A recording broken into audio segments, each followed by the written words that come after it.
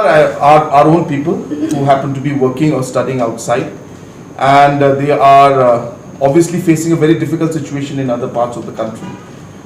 So as a state, and they being our own citizens, it would not be fair to not allow them to come. So that is not something that the government would want to do. So therefore, but that's why we are saying that in their interest, where we are trying to help everybody in the understanding that they also would want to come back to their homes.